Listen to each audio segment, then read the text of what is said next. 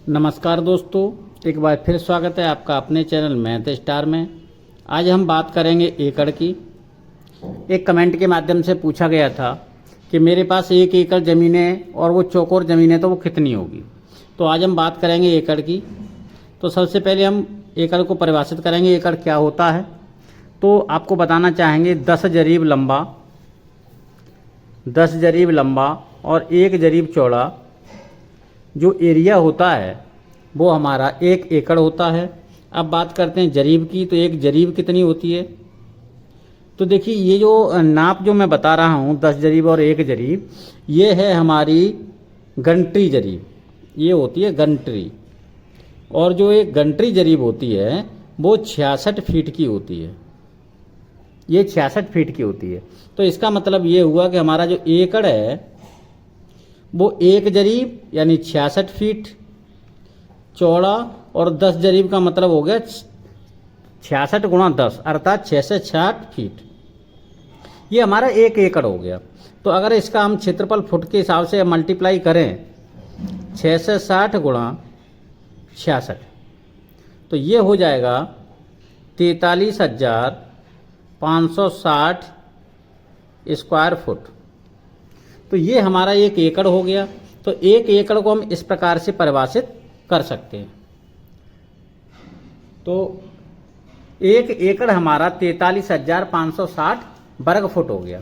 अब अगर हम 43,560 जो हमारा स्क्वायर फीट है, अगर हम इसको स्क्वायर रूट लेते हैं, जैसे अगर इसको हम आयताकार नम बना करके इसे हम एक चौकोर आकृति बनाएं, ये चौकोर बन गई और इसका क्षेत्रफल अगर हम 43,560 रखते हैं तो इसकी भुजा कितनी होगी। तो इसके लिए हमें इसका क्या लेना पड़ेगा, हमें इसका रूट लेना पड़ेगा। और जब इसका हम रूट लेंगे तो रूट 43,560 करेंगे तो ये हमारा आ जाएगा 208.7, ये फुट आ जाएगा।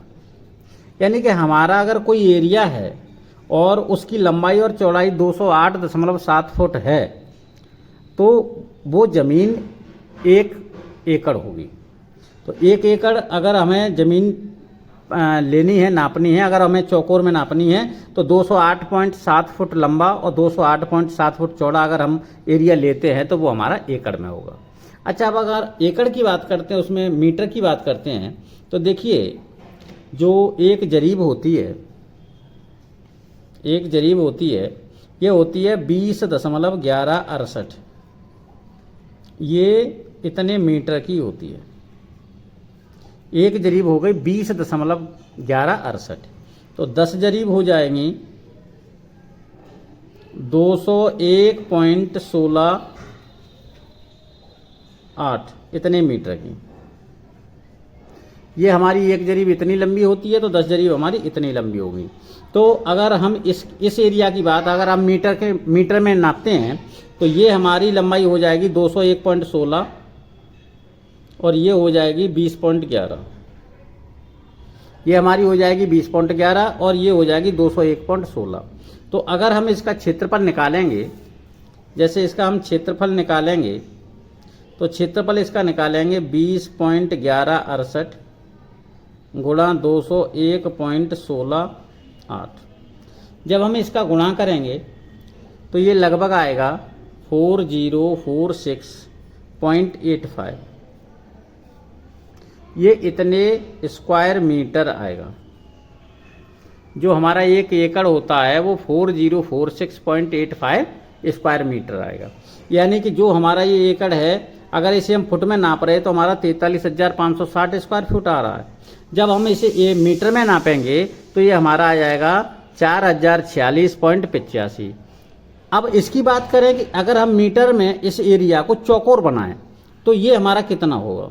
तो ये हमारा हम अपने एरिया को जो 4046 है, 4046.85, हम इसका रूट ले लेंगे।